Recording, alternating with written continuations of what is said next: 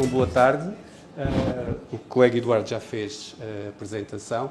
Curiosamente, a minha apresentação não tem a ver com a inovação pedagógica, mas acharam que era uma informação útil para quem faz intervenção com alunos dos cursos técnicos superiores profissionais. Portanto, a nossa ideia, e quando falo no plural estou a referir-me à equipa que está envolvida neste projeto, é de certa forma partilhar convosco alguma informação que depois nos traduz um pouco aquilo que é a trajetória dos alunos dos cursos técnicos superiores profissionais, os interesses, as expectativas, as aspirações e que implicações é que isso pode ter depois no modo como lidamos com o seu percurso aqui na nossa instituição. Dizer também que este projeto resulta de um trabalho de colaboração com o Instituto Politécnico de Beja e com o Instituto Politécnico de Porto Alegre. Portanto, são 3 instituições de ensino superior, no nosso caso que acomodamos os 2 subsistemas e as outras 2 instituições que acomodam apenas o subsistema politécnico. Também dizer que a informação que vou partilhar convosco tem limitações do ponto de vista da análise que nós fizemos até agora. Portanto, resulta apenas da recolha de dados de um primeiro momento num estudo que se quer com 3 ou 4 momentos. Está bem? Portanto, a nossa ideia é analisar estes preditores que eu vou falar daqui a pouco ao longo da formação, mas neste momento estou a partilhar convosco aquilo que são dados recolhidos em T1. Portanto, no primeiro momento, decorreu mais ou menos já este ano letivo, mas em setembro, outubro do presente ano letivo. A última informação, antes de começar, dizer também que aquilo que nós vamos partilhar convosco não é uma avaliação do nosso trabalho enquanto docentes, nem da nossa instituição. Portanto, são as percepções que os alunos têm relativamente ao curso que estão a frequentar, às expectativas que estão ou não a cumprir a quando da frequência desse curso, às intenções que têm ou não de abandonar a sua formação no ensino superior. Nós vamos, por vezes, comparar entre instituições, porque participam 3 instituições e às vezes têm, é interessante perceber que, em função da instituição, os alunos não se apresentam todos da mesma forma. Portanto, que há aqui efeitos da própria instituição, que não vamos explorar agora, mas que eles existem e, portanto, podem ter interesse para quem toma decisões e para quem faz a gestão das instituições. Bem, avançando, portanto, esta é a equipa. Na parte de cima os professores, na parte de baixo os não professores, portanto os nossos alunos de doutoramento, o Olímpio já é doutorado, mas portanto, e de mestrado têm vindo a colaborar connosco, que isto realmente é uma logística difícil e é preciosa a colaboração destes nossos colegas. Eu vou fazer o enquadramento da apresentação, os objetivos que organizou o estudo, mas de forma muito breve, caracterizar os participantes, dar uma particular atenção à trajetória escolar anterior. Portanto, nós recolhemos alguma informação relativamente ao percurso que os alunos fizeram antes de entrar para o ensino superior, nesta modalidade que estamos aqui a descrever. As razões para a escolha do curso, são múltiplas as razões e, portanto, do nosso ponto de vista, compreender melhor aquilo que os traz ao curso é uma forma de melhor adequarmos as respostas que é possível construir no decurso do curso. Analisar as expectativas de empregabilidade.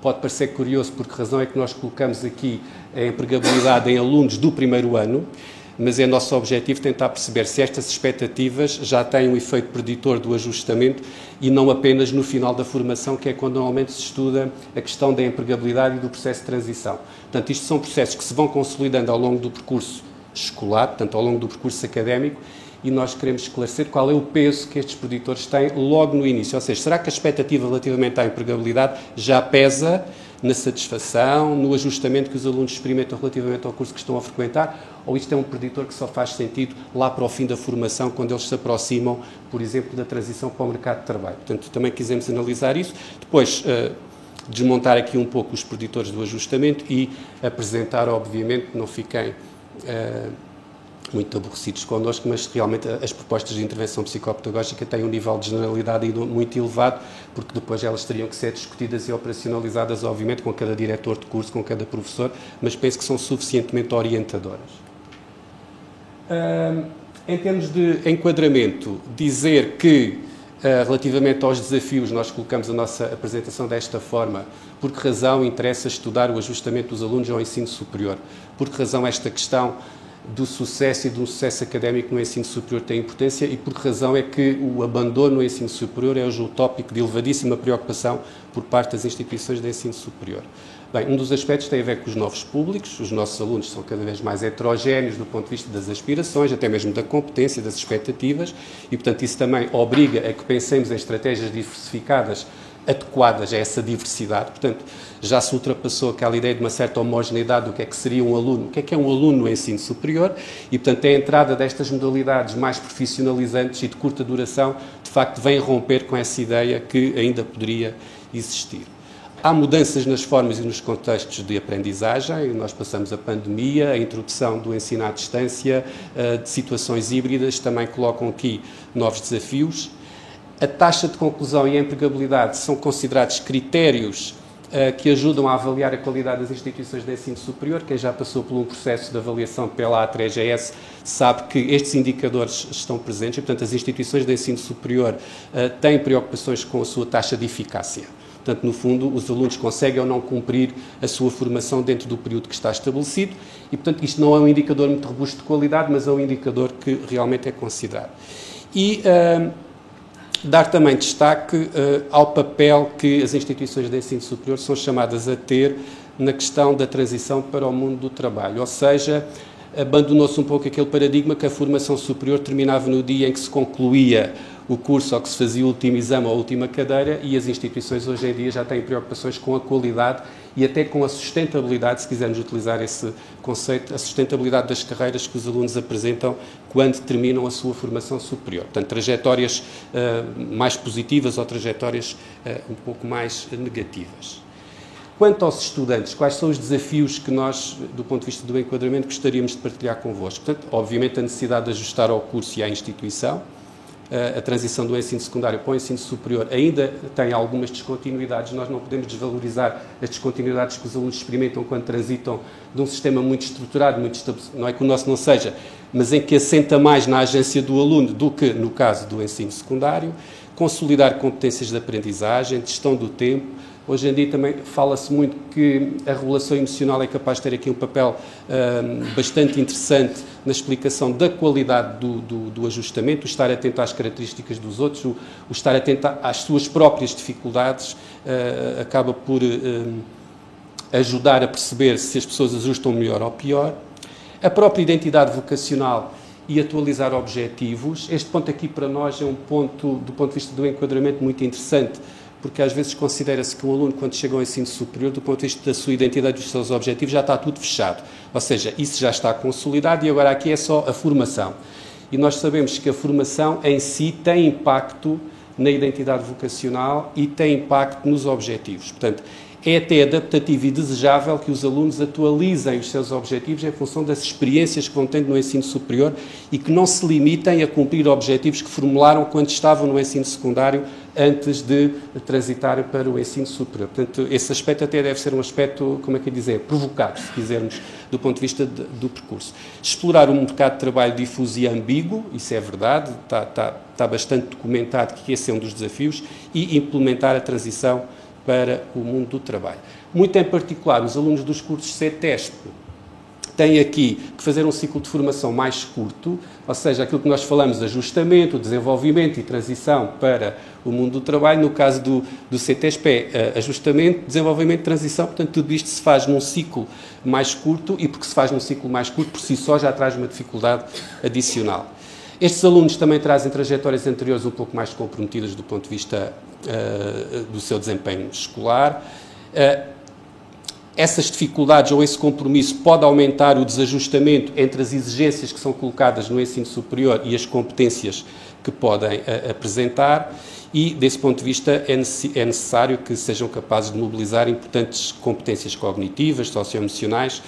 Coloquei aqui apenas algumas, mas destacaria a tolerância à ambiguidade e a própria gestão do stress, que nos parece ter aqui um efeito bastante protetor no modo como lidam com as dificuldades que possam vir a encontrar. Assim, estes são os objetivos do nosso projeto, que estão aqui de forma muito sintética, mas o objetivo da nossa sessão é, a partir de um conhecimento mais aprofundado destes alunos, sobretudo com base em indicadores de carreira, pensar, fundamentar a intervenção e o apoio psicopedagógico. Para já, este estudo conta com 412 participantes. Temos aqui uma curiosidade, que há pessoas com 76 anos a frequentar cursos CETESP. No caso da Universidade do Algarve, 171, é das 3 instituições aquela que tem o maior número de alunos, nacionalidade portuguesa, sobretudo, e há ali um efeito significativo porque o Instituto Politécnico de Beja acolhe mais alunos de outras nacionalidades que as restantes instituições que participaram. 155 destes 412 alunos já apresentam uma reprovação no seu percurso escolar. Pode parecer muito, mas este indicador evoluiu muito desde há 8, 9, 10 anos atrás, em que os alunos do ensino profissionalizante apresentavam cerca de 50% dos alunos apresentavam pelo menos uma retenção. Portanto, este indicador é daqueles indicadores que melhorou bastante, tendo em conta que grande parte destes alunos vem precisamente de cursos profissionalizantes. Relativamente à trajetória, que era um aspecto que nos interessava, a trajetória escolar anterior, 153 participantes referem já ter tido uma experiência de trabalho na área ou numa área próxima daquela que estão a frequentar em termos da sua formação superior. Isto corresponde a 41% dos alunos da UALG. Relativamente a se beneficiou ou não da orientação, porque nós interessa-nos saber se a intervenção que é feita com estes alunos pode ter algum impacto no modo como eles ajustam ao ensino superior, os valores são baixos, com exceção do Instituto Politécnico de Beja. Se encontram na primeira opção, de facto há também aqui um efeito, significa que em Beja é onde há o maior número de alunos que não se encontra na sua primeira opção, ao contrário do Algarve e de Porto Alegre, em que isso acontece, e, obviamente, se mudou de residência, acontece sobretudo em Beja.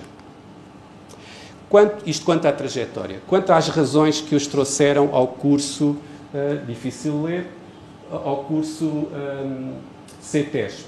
Portanto, há aqui razões que se prendem sobretudo com o capital humano. São elas o diploma, o gosto, interesse pelo curso, a maior facilidade na obtenção de emprego, o ficar melhor preparado, a inclusão de uma componente prática. Aquilo que pesa menos na escolha de um curso CETESP é a facilidade do curso, evitar certas disciplinas. Esta razão aparece porque, por vezes, as razões, sobretudo a partir de grupos focais, para escolher um curso profissionalizante é mais fácil, não tem a disciplina A, não tem a disciplina B e, portanto, nós quisemos incluir essa razão também na caracterização. Quanto aos projetos e expectativas, nós colocamos a questão, no final do curso, pretendes continuar a estudar ou ingressar no mercado de trabalho, e realmente a Universidade do Algarve é aquela em que a diferença entre continuar a estudar e ingressar no mercado de trabalho é mais curta. Beja e Porto Alegre há uma diferença, ela é significativa e é evidente mesmo na própria leitura desta figura que aqui está, entre continuar a estudar e ingressar no mercado de trabalho. Isto pode ser lido como um aspecto positivo, ou seja, os alunos que frequentam esta formação querem prolongar a sua trajetória no ensino superior. Pode ter a ver com a avaliação que fazem do próprio mercado de trabalho. Nós sabemos que há quem continua a estudar porque tem uma expectativa baixa relativamente à sua capacidade de se inserir de forma mais imediata no mercado de trabalho e, portanto, prolonga a trajetória no ensino superior. Mas, como vos digo, isto é uma caracterização que a análise que nós fizemos não permite responder a esta questão que eu estou aqui a tentar partilhar convosco. Quanto ao ajustamento ao ensino superior, 3 indicadores de ajustamento ao ensino superior. Os 2 de cima são indicadores universalmente estudados para avaliar o ajustamento ao ensino superior, que são a satisfação com o curso e as intenções de abandono. E nós colocamos uma outra variável que tem a ver com a empregabilidade percebida. A empregabilidade percebida é uma expectativa, ou seja, pergunta-se ao aluno qual é a expectativa que tem relativamente às suas qualidades e se elas são ou não procuradas no mercado de trabalho. Chama-se isto de empregabilidade interna, ou então a empregabilidade externa, quando se pergunta ao aluno relativamente ao teu curso, relativamente à tua universidade, o que é que achas que isso é uma mais-valia para o mercado de trabalho ou não. No fundo, a marca universidade se pesa ou não nas expectativas relativamente à inserção profissional. Relativamente à satisfação com o curso, a Universidade do Algarve é a que tem pior desempenho na satisfação com o curso. Volto a dizer, isto é a avaliação que os alunos fazem relativamente ao seu curso. O efeito é baixo, mas de facto acontece. E só há diferenças entre a Universidade do Algarve e as outras instituições. Entre as outras duas instituições, as diferenças não são significativas. E as intenções de abandono também são mais elevadas na Universidade do Algarve do que no Instituto Politécnico de Beja ou no Instituto Politécnico de Porto Alegre. Volto a dizer, não estamos a discutir porquê. Estamos apenas a trabalhar este indicador e interessa-nos, obviamente, depois discutir porquê. Só a título de curiosidade, ou seja, aqueles indicadores ali mais agregados depois escondem realidades muito diversas. Porque, por exemplo, quando vamos analisar isto, baixar a escala e analisar isto ao nível do curso, portanto, nós fizemos aqui este ranking, que foi identificar quais eram os cursos que apresentavam maiores níveis de satisfação de entre as três instituições, e são o desporto, o lazer, o turismo, o apoio à infância, e os que apresentam índices mais baixos, a gestão de vendas e a psicogerontologia.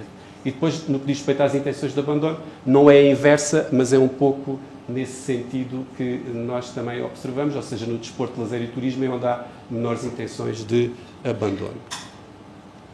Relativamente à empregabilidade, a mesma coisa, ou seja, na empregabilidade global nós perdemos relativamente às outras duas instituições, quer na interna, quer na externa. Vamos então aos preditores do ajustamento, ou seja, é daqui que nós depois vamos retirar implicações para a intervenção psicopedagógica.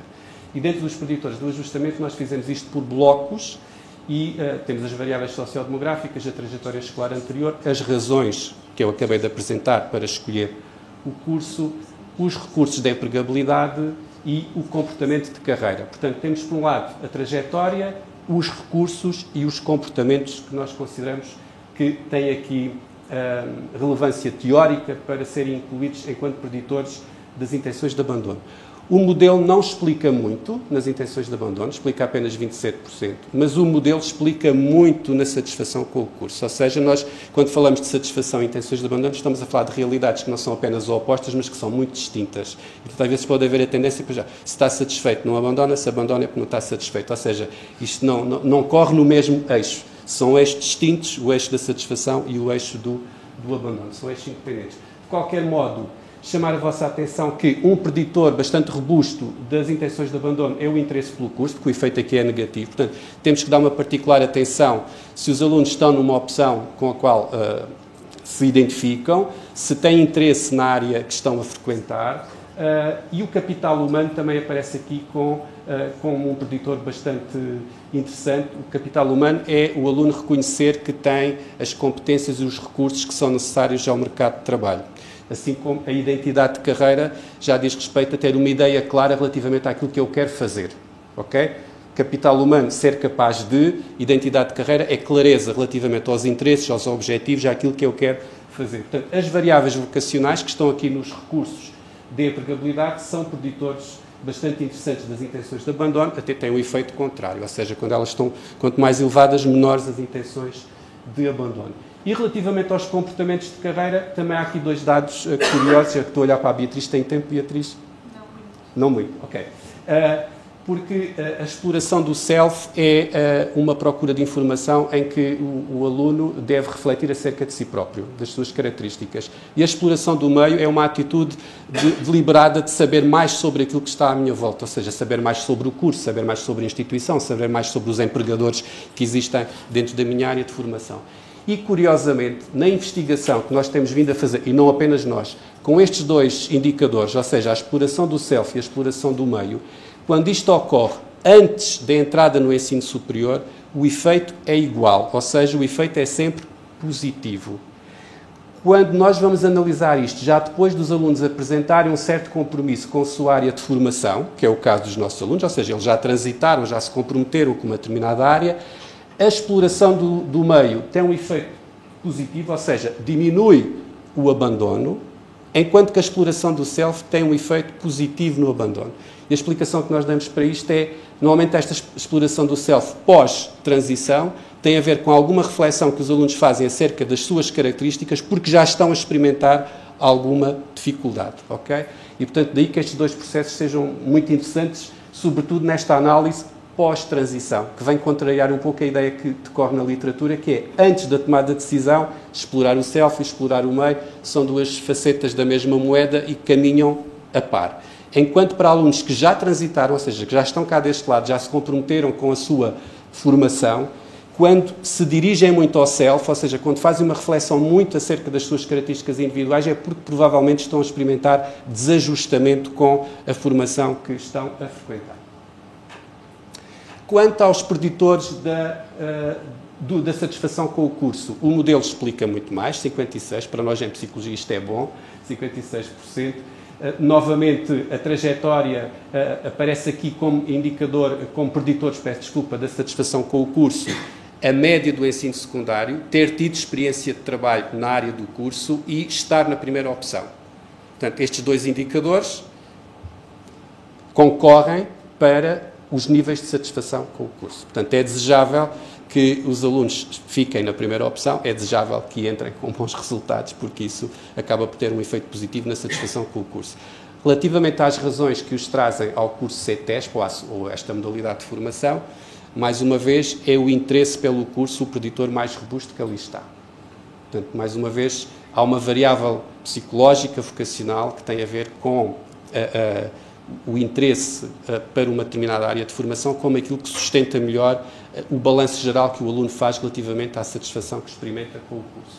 Depois, os recursos de empregabilidade têm um efeito positivo também, o capital humano e a identidade vocacional, e os comportamentos de carreira que também concorrem para a satisfação com o curso. Então, que implicações é que estes dados, ainda que preliminares, ainda pouco mastigados, como às vezes costuma dizer, nos podem fornecer em termos de intervenção psicopedagógica? A primeira ideia que nós queríamos partilhar convosco é que este tipo de informação que vai para outras variáveis, que não apenas aquilo que acontece no contexto de sala de aula, porque nós às vezes quando falamos em inovação pedagógica pensamos na mudança, na alternativa que pode ser a nossa prática em contexto de sala de aula, e aqui é um pouco diferente. Nós alargamos a intervenção psicopedagógica para outros âmbitos, por exemplo, para as atividades que estão no âmbito do diretor de curso, ou para as atividades que estão no âmbito da experiência em contexto real de trabalho. Portanto, alargamos a intervenção, a inovação pedagógica a esse nível e não apenas àquilo que acontece dentro da sala de aula. Não estamos com isto a desvalorizar o peso que os acontecimentos que ocorrem em contexto de sala de aula possa ter na satisfação com o curso ou que possa ter nas intenções de abandono, não é isso que estamos a dizer. Estamos a dizer é que talvez uma visão mais abrangente, mais ampla, nos ajude a pensar em estratégias inovadoras.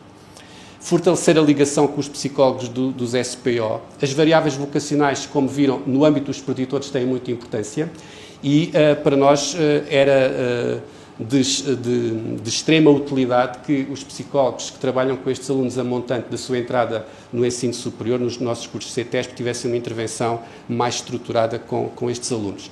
Reparem que podem dizer assim, bem, mas nós fazemos sessões de informação sobre os cursos CETESP. A informação é um mito relativamente ao seu impacto na tomada de decisão. As universidades, os técnicos, nós andamos todos muito entusiasmados com a informação. A informação tem um impacto muito modesto, superficial no processo de tomada de decisão. Para que a informação tenha impacto, ela tem que ser organizada em função de hipóteses que os alunos levantam, dúvidas que os alunos levantam e elevadíssimo envolvimento na exploração da informação. Caso contrário, nós podemos fazer 50 sessões de informação e eles não progridem no processo de tomada de decisão. Portanto, a informação tem um impacto modesto.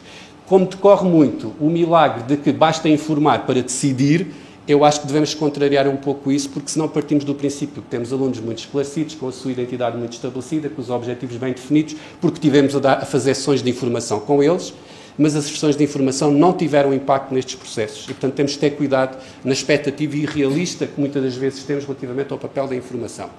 A consulta psicológica vocacional no pequeno grupo.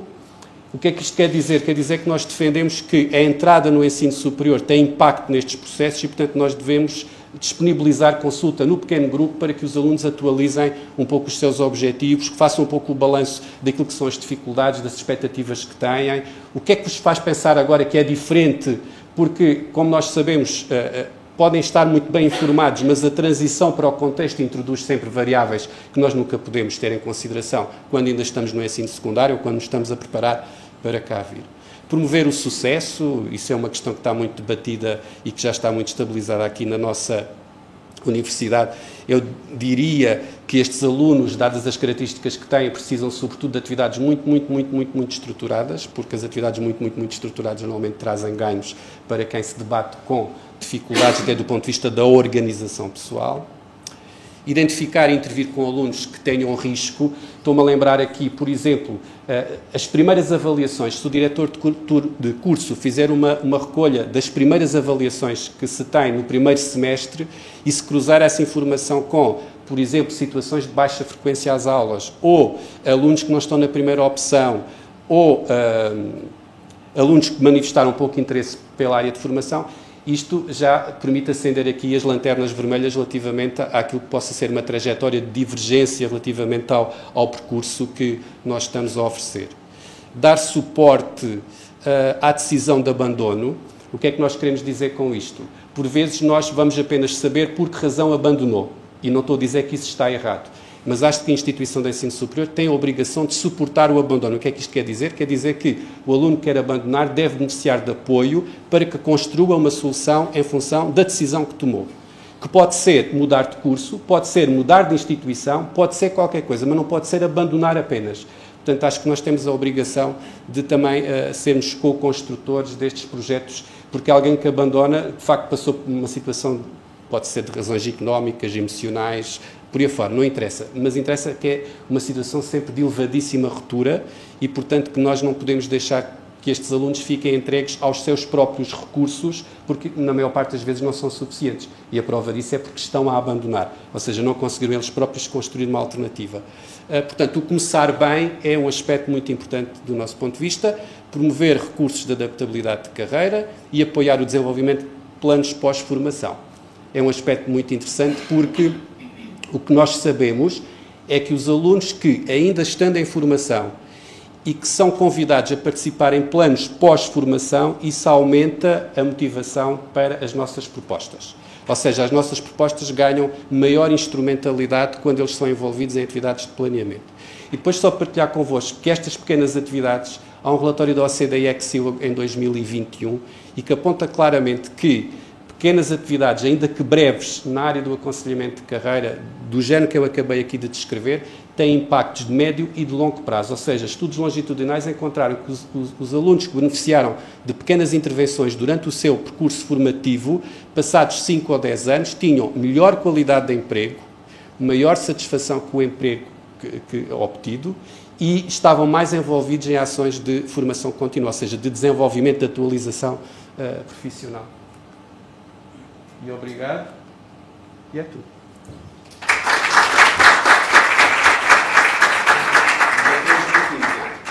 Debatemos no fim. Podemos, se houvesse algumas questões agora que acham relevantes e quisessem perguntar já, eu tomei umas notas, não vou muitas notas, até porque depois a seguir vou pedir o... Está bem. Há ali uma colega. O Rubio falou que eu achei interessante na questão de divulgação, fazer sessões de esclarecimento. Até que ponto não seria também benéfico incluir os encarregados de educação desses alunos nessas sessões de divulgação? Porque às vezes, relativamente aos testes, pode haver às vezes até uma ideia errada por parte dos encarregados de educação, que é de facto e aquilo que proporciona a nível de seguimento de estudos. E os pais, como nós sabemos, também têm um peso grande depois na decisão dos miúdos. Até que ponto isso não seria também benéfico dar essa informação? Os pais saberem de facto o que é, a nível do que é que eles obtêm, a nível de qualificações, a nível de prosseguimento para as licenciaturas e afins. Sim, nós sabemos da psicologia de educação, da psicologia de desenvolvimento educacional, que os pais, ao contrário do que às vezes algum discurso mais superficial dos próprios alunos, os pais têm um peso bastante grande na tomada de decisão de carreira. A razão é óbvia, são decisões para a vida, ou seja, que têm implicações ao longo do ciclo de vida das pessoas e depois são decisões nas quais nós temos que lidar com obstáculos, com dificuldades, até do ponto de vista financeiro, por aí fora. Portanto, Os pais devem ser chamados a este processo, obviamente que sim. Depois, qual é a modalidade, que modalidade é que vamos adotar para envolver os pais? É uma questão que depois tecnicamente pode ser discutida, porque por vezes podemos ter, nesta faixa etária, um entendimento de que o envolvimento dos pais é uma ingerência não desejável ou um atentado à própria autonomia no próprio processo de tomada de decisão, mas tecnicamente um colega que esteja preparado para fazer esse tipo de trabalho com estes jovens conseguirá claramente fazê-lo. É uma prática, não está aqui nenhum colega de um SPO, mas é uma prática em alguns psicólogos que têm experiência de SPO, que é, na informação, envolvem os pais, com coisas como os miúdos é que preparam a informação para os pais. Portanto, é uma forma de envolver os pais no processo de tomada de decisão. Nós temos um projeto financiado pela Gulbenkian em que o que fizemos para envolver os pais foi enviávamos dilemas vocacionais, situações difíceis de resolver para casa, e eles tinham que em casa discutir com os pais qual seria a melhor solução para aquele dilema. E, portanto, o envolvimento dos pais não pode ser um envolvimento, o que é que eu quero dizer com isto? Não pode ser um envolvimento que nós vamos colocar imediatamente antes de tomar a decisão de vir para o curso CETESP, mas deve ser um envolvimento que é praticado ao longo da escolaridade, que depois é chamado com maior presença em determinados momentos. Mas sim, com certeza que sim. A resposta é sim.